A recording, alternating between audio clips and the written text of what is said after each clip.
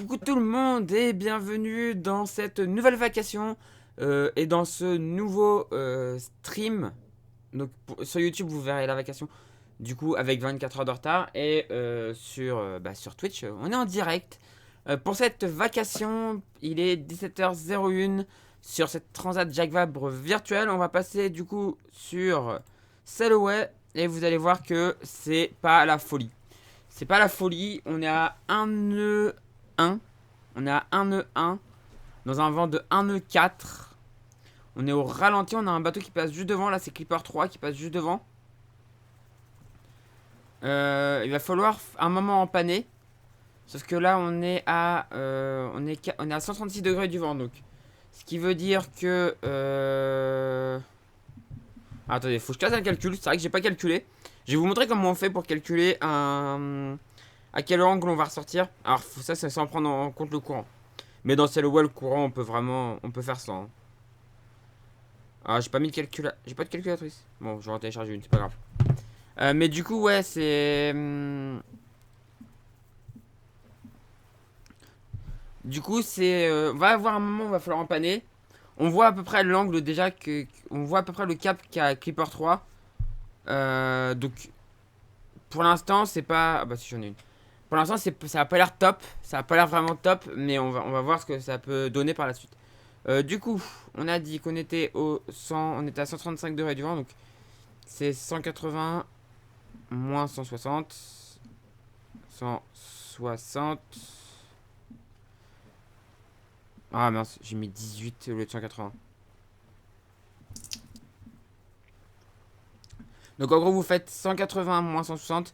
Si vous n'arrivez pas à calculer à combien vous êtes du truc, donc 160, 130, non pas 135, c'est 135, oui, 135. Ça fait 45, donc on a 45 degrés. Donc on a à 90, il faudrait faire un angle de 90. Et resim-train.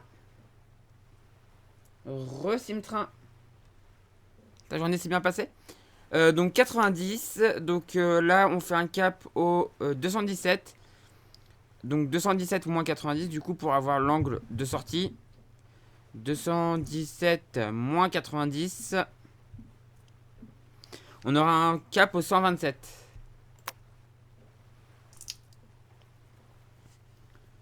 Ce qui est ouais grosso merdo ce que fait actuellement l'autre bateau. Oui, cool. Ce qui est actuellement ce que fait l'autre bateau, donc est-ce que c'est intéressant d'empanner maintenant? Je suis pas sûr. Je suis vraiment pas sûr que ce soit intéressant d'empanner maintenant. Mais à voir. Parce qu'on voit l'autre bateau là qui fait cette route, qui a la même route que moi. Kookaburra qui continue sur la même route que moi. Et il y a juste lui là qui fait une route différente. C'est les dernières heures de molle. Après on va enfin toucher du vent. Mais c'est long quoi. C'est très long. Avelorio. On va regarder à combien il va Avelorio d'ailleurs. Avelorio il va à 11 nœuds. T'es sérieux là? Ah non, c'est Atalaya. C'est Atalaya qui est à Avelorio, il est à 4 nœuds. Mais il est où lui à Atalaya là? Atalaya. C'est qui? C'est pas un mec de l'ouest quand même. Ah, il est où Atalaya? De Salinman.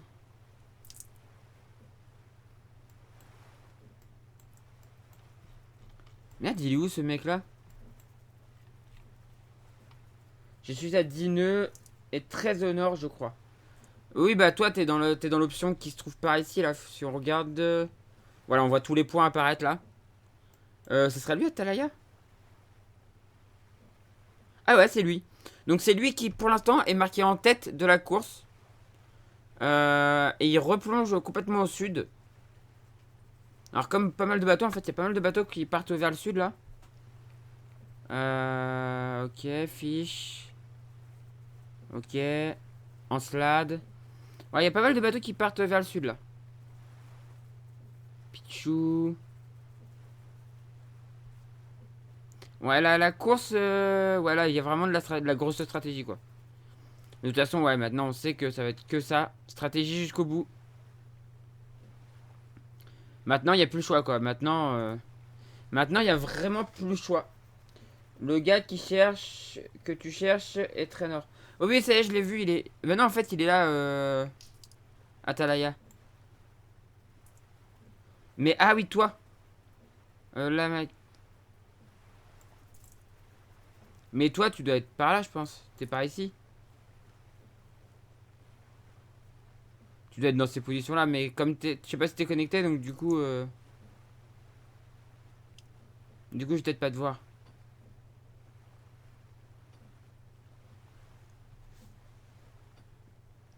Il était très honoré hier. Oui, je dois être assez proche de lui. D'accord, bah ok, bah attends, je regarde derrière lui là. Ah, t'es là. Ça y est, je te vois. Oh, t'as plongé aussi, toi. T'as plongé au sud. Toi aussi, t'as plongé au sud, du coup. On va voir ce que ça va donner, hein. Mais de toute façon, maintenant, il n'y a plus le choix, hein. Les stratégies sont prises. Et il n'y a plus le choix. D'ailleurs, on va aller voir après la course réelle parce qu'il y a. Je sais pas si vous avez vu la vidéo du regagner dans le sud. D'accord. Oui, j'ai anticipé ce que disait mon routage. D'accord. Je sais pas si vous avez vu la vidéo de Corum l'épargne. Au pire, on pourra la regarder, hein. Mais c'est assez particulier. Je crois que c'est la première fois que je vois ça sur une course au large. Bah, d'ailleurs, on va aller voir tout de suite la course réelle.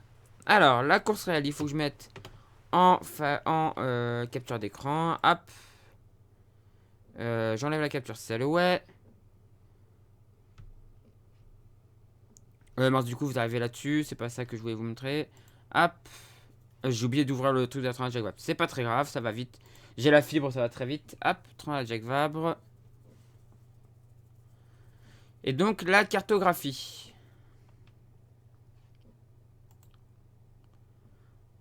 Et en attendant que la cartographie charge, je vais vous montrer la vidéo que j'ai vue de Corum l'épargne. On va regarder cette vidéo parce que elle est très particulière.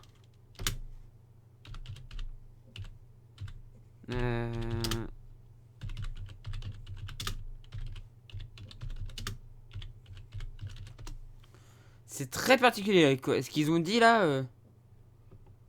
Alors, Transat Jacques Vabre. Voilà, on n'est pas passé loin de la correctionnelle, c'est cette vidéo là. Je vous laisse la regarder.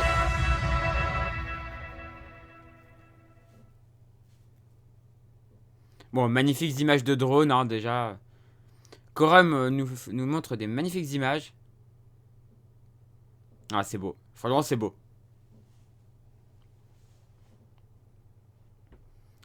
C'est très très très beau.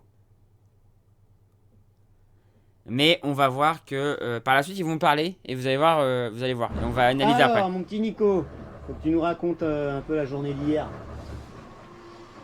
Alors, hier, on tirait des bords en direction du DST de Ouessant. Et donc on suit depuis le départ les prévis météo pour essayer de faire la meilleure route possible pour descendre dans le sud. Et le plan qui avait l'air de se proposer à nous, c'est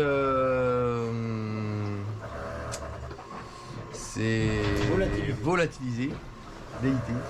Bref, on a été obligé de faire demi-tour, donc ce qui n'est pas agréable du tout, mais on se disait que les autres bateaux allaient être bien arrêtés aussi pendant ce temps-là, parce que les conditions météo sur le plan d'eau sont vraiment très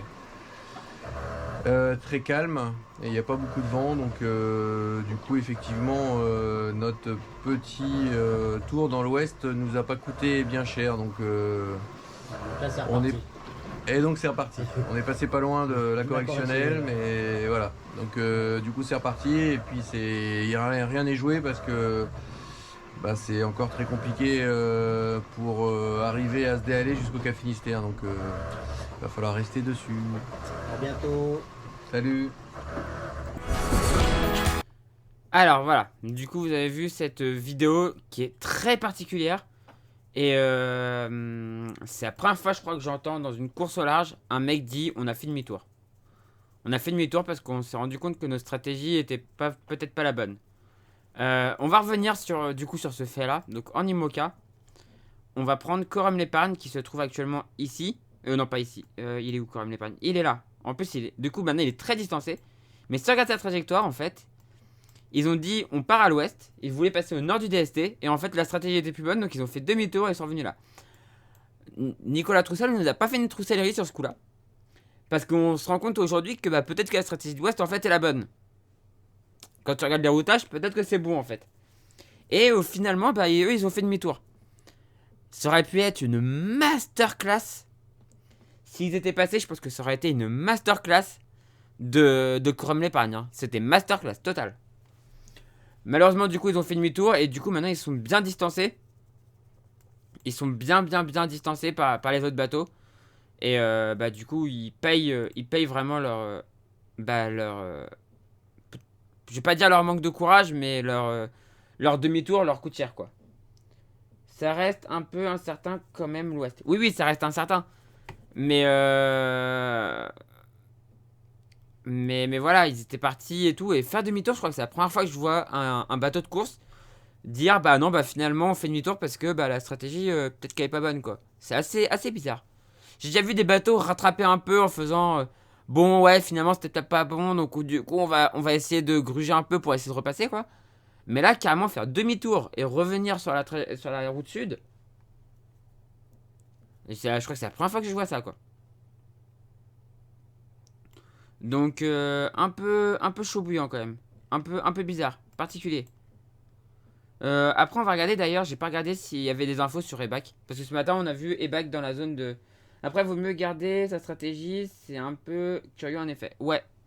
On regardera après si Ebac a écopé d'une pénalité, parce que ce matin, d'après certains routages, ils étaient dans la zone interdite. Donc, enfin, d'après la carto, ils étaient dans la zone interdite. Donc, on va regarder après.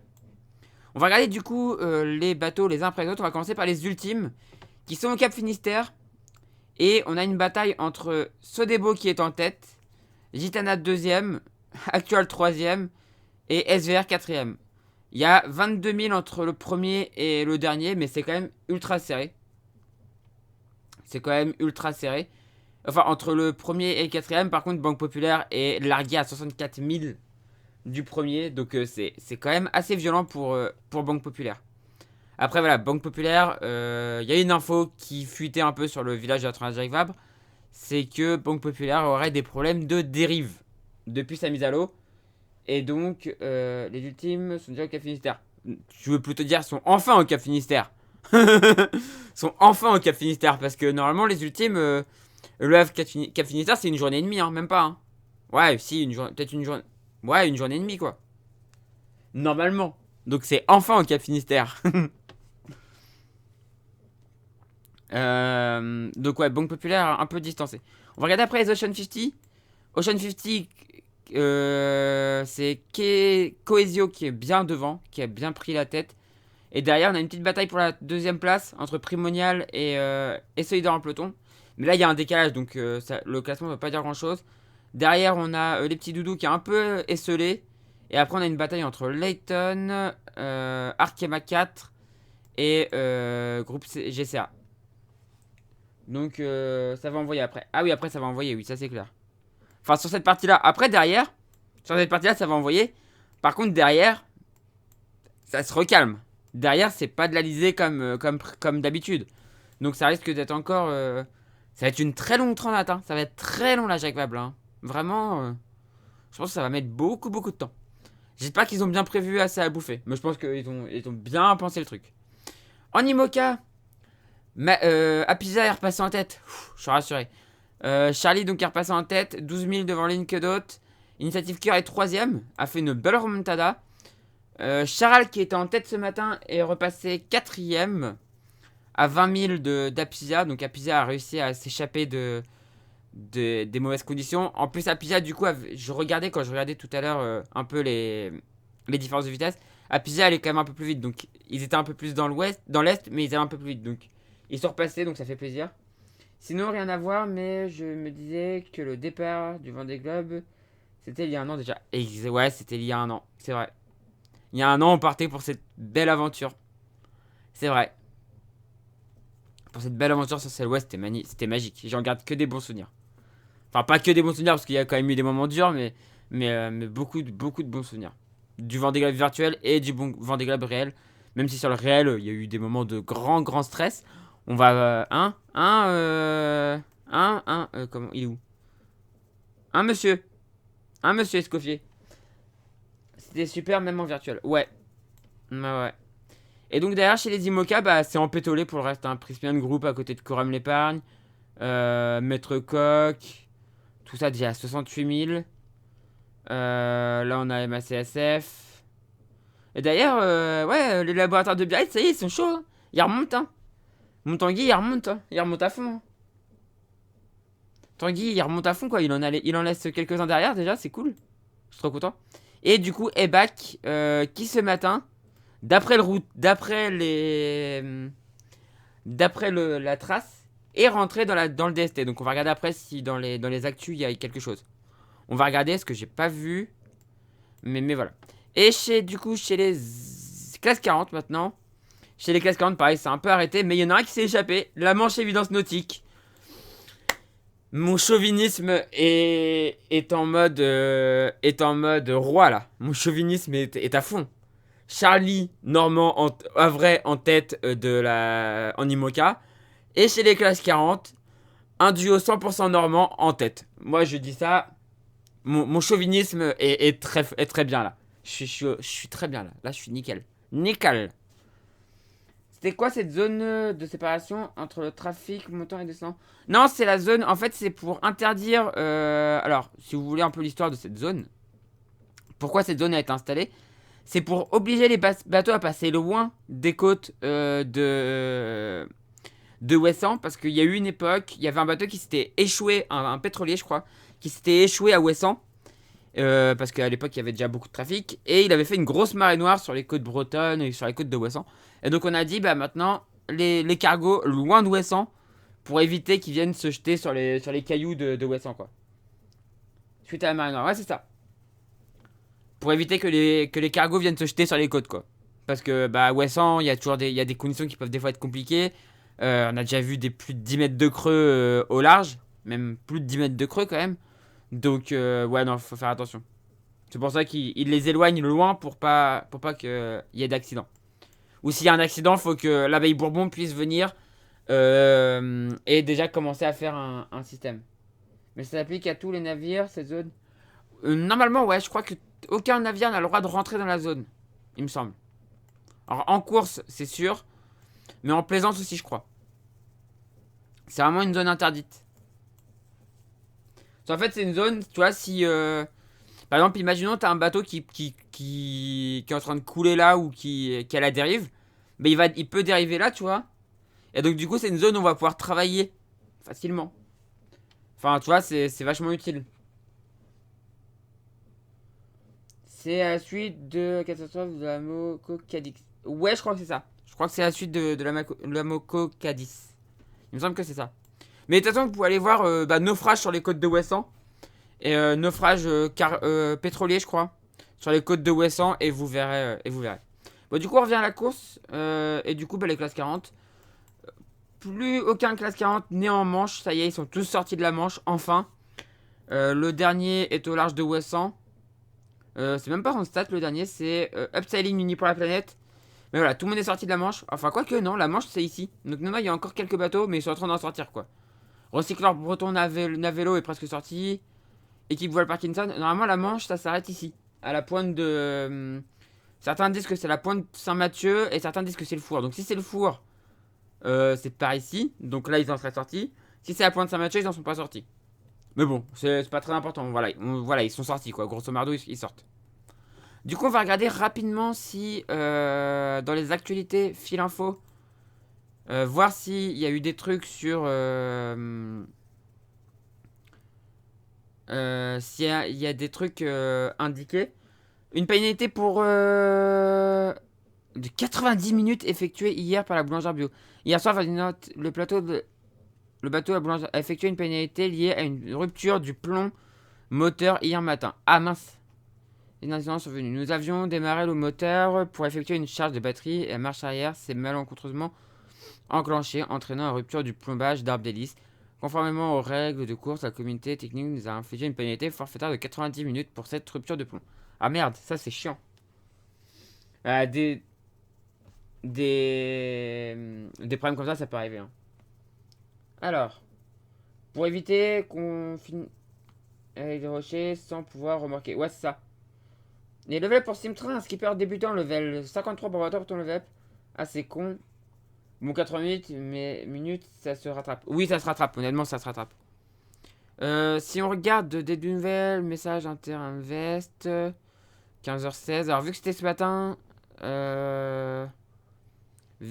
matin, enfin, accompagné de Edmond de Rothschild, ouais. Depuis Fortinet Best Western. Des nouvelles du bord, message exploring for good. Des nouvelles du bord, message depuis. Ouais. Non, il n'y a pas l'air d'y avoir de news. Pas l'air d'y avoir de news. Ce qui est assez bizarre. 100 jours jusqu'à la Martinique, selon les calculs de classe 40, le laguet, le galet. Aïe aïe aïe aïe. Ça commence à vouloir rigoler un peu de ces conditions de merde. Non, il n'y a pas l'air d'y avoir de nouvelles par rapport à l'intrusion.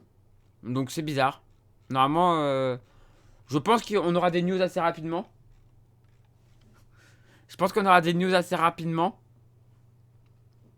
Parce que normalement, c'est une pénalité pour entrer dans une zone interdite. Si je regarde dans les actualités, décryptage de Maxime Sorel ce lundi. Ouais, alors on a eu d'ailleurs les infos de... J'en ai pas parlé, les infos de Louis Burton, le Mac aurait implosé, alors... C'est assez bizarre. Une erreur de la carte peut-être. C'est assez bizarre quand même, le Mac qui implose, faut voir. Faudra voir après les expertises. Donc ça serait pas une erreur humaine, ce qui est déjà une bonne chose. Mais faut voir après les expertises, ils ont réussi à récupérer pas mal de morceaux du mât. Donc on verra si on a des news. Mais en tout cas, pas d'infos sur une potentielle pénalité. On verra plus tard si c'était une erreur de carto ou pas. Ou je vais essayer de me renseigner, voir auprès de... Peut-être envoyer un mail ou un truc comme ça, vu que j'ai des contacts mail, presse. Donc peut-être que j'essaierai d'envoyer un mail pour essayer de savoir un peu. En savoir peut-être un peu plus. C'est quand même assez bizarre quoi, parce que des fois, oui, quand t'as un lissage de trajectoire, que dit le règlement? Bah normalement tu te prends une grosse pénalité quoi. Entrer dans une zone interdite, tu te prends une grosse pénalité. Donc c'est assez compliqué quoi. Assez compliqué.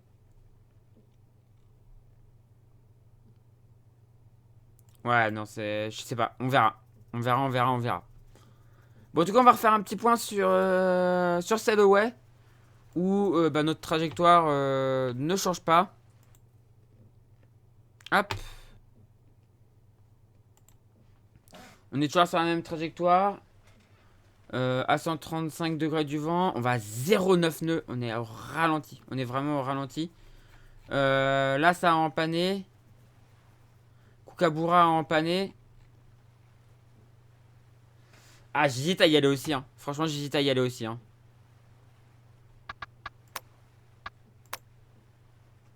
D'ailleurs, je suis pas en... Ah, attendez. Je suis en mode avancé? Non, je peux mettre en mode... Bon, de toute façon, il n'y a pas vraiment de changement. Non, ça change rien. Non, parce que normalement, je navigue en mode auto quand je suis pas là. Tu peux nager à côté et tirer plus vite. Mais normalement, ouais, je navigue en mode auto. De toute façon, dans ces conditions-là, il n'y a pas grand-chose à faire. Hein. Franchement, dans ces conditions-là, tu attends et tu développes. Puis là, comme il fait jour, en plus, t'as l'équipier qui est sur le pont, quoi. T'as l'équipier qui est sur le pont à naviguer. Qui fait les réglages. Hop. L'équipier règle mieux que moi. Hop.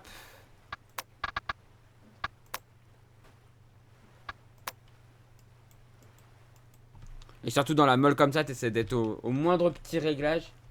Moi je suis en avancée et après je passe hors ligne et j'ai rien à faire. Ouais, que moi, non, j'ai le PC qui est en permanence. Je suis en permanence allumé. Sauf là après, parce qu'on va refaire du F1 2021 juste après là. Et quand je suis sur F1 2021, je suis obligé de l'éteindre, mais de fermer ça le web, mais sinon je suis tout le temps en ligne. Tout le temps en ligne. Donc voilà. Bon, du coup, je pense qu'on va.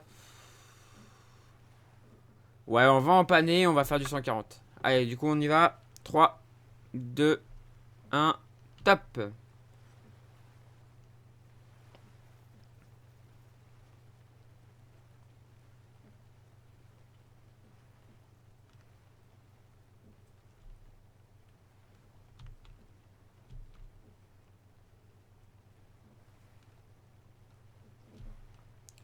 Hop, on va se mettre à 140 degrés du vent. Voilà. Parfait. Va faire le bouton auto. Oui, bah oui. Hop. Et voilà. 134 degrés du vent de l'autre côté. Et c'est parti. Alors, du coup, on a le bateau qui est devant là. C'est qui Avalorio, du coup, qui est un peu devant. Mais vu que nous, on va faire une trajectoire. En gros, on va avoir une trajectoire comme ça. On va peut-être réussir à se recaler. Et de toute façon, on n'est pas très loin. De toute façon, on n'est pas très loin. Donc, pas de problème. Pas de problème. Du coup, on a. On a Clipper qui doit être légèrement. Attends, on reçoit le vent comme ça d'ici. Donc le vent arrive comme ça. Attends, le vent il arrive de là. Donc Clipper est sous notre vent. Ah, on voit son feu arrière. On voit le feu arrière de Clipper. Bah d'ailleurs, on va faire un petit vol aérien. Ah, mais dès que je passe en aérien, on voit plus rien. C'est bizarre. Dès que je passe en image drone, on voit plus rien. Ah, il est là. Ça y est, on le revoit. On va aller voir Clipper. Moi, j'ai 15 nœuds devant, mais je suis aussi à 40 degrés. D'accord. Ah, moi, je suis à 140. Enfin, j'essaie d'être à 140 degrés du vent. C'est très différent. Toi, t'es à 40 degrés. Moi, je suis à 140. Je suis vent arrière. Enfin, je suis proche du vent arrière. Ou je suis grand largue, quoi. Allez, on fait voler le drone jusqu'à Clipper. Et ensuite, bon, on s'arrêtera là sur Selway. Et on se retrouvera tout à l'heure à la vacation de 20h30. Ça va être. Ça va pas être la même histoire. Bah là, une fois que nous on a touché le vent, après, je pense que ça va être bon. Après, ça devrait être bon. J'ai relancé un routage d'ailleurs avant de lancer le stream. Et le routage est redevenu différent. Alors, on part bien au sud, hein, maintenant c'est sûr. Mais on relonge les côtes. Après nous avoir dit qu'au Finistère on devait aller au large, maintenant c'est on relonge les côtes. Donc c'est un peu. Il sait pas trop où donner de la tête, quoi. Le routage est toujours un peu différent. Oh non, mais. Ça a bugué. Non, c'est bon. Je vais voir à quoi il ressemble le bateau. C'est toujours plaisant quand t'as un bateau à vue. C'est ça qui est bien avec ce jeu. C'est. Bah, t'as un bateau qui est prêt, tu le vois, quoi. À part quand il est hors ligne. Mais quand il est en ligne, t'as un bateau qui est prêt, tu le vois, quoi. Et donc, du coup, tu peux aller voir à quoi il ressemble. Tu peux l'observer. Tu peux. Enfin, c'est ça qui est bien. C'est ça que j'adore avec ce jeu. C'est ça que j'adore avec Selway.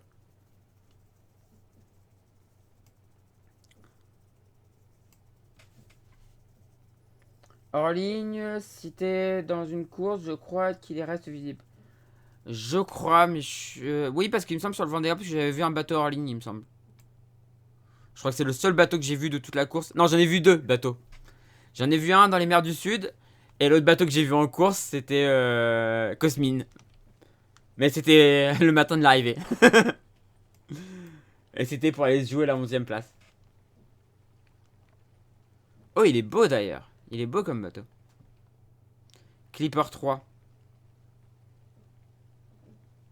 Avec qui je suis d'ailleurs, du coup, à la lutte. Hein. On n'est pas si loin l'un de l'autre. Un bateau Nike. Ok. Un beau bateau. Ah, mais qui est aussi arrêté, hein. Autant arrêté que moi, hein. C'est... Et voilà. Alors par contre, il a pas enlevé les... Il a pas enlevé le nom de son bateau d'ici, donc du coup, ça fait c'est un peu dommage. Voilà, sinon... Sinon, beau bateau, en vrai. Beau bateau. Est-ce que lui, il voit mon feu? Ouais, il voit mon feu vert. C'était fou le même temps après 68 jours. Ouais, c'était complètement dingue. Et donc voilà, on est de nouveau à bord de notre IMOCA. L'IMOCA d'ailleurs avec lequel j'ai fait le Vendée Globe. C'est celui-là. Sauf qu'il a juste changé de couleur. Voilà. Bah du coup on va arrêter Sail Away tout de suite. Donc merci d'avoir regardé merci d'avoir regardé cette vacation.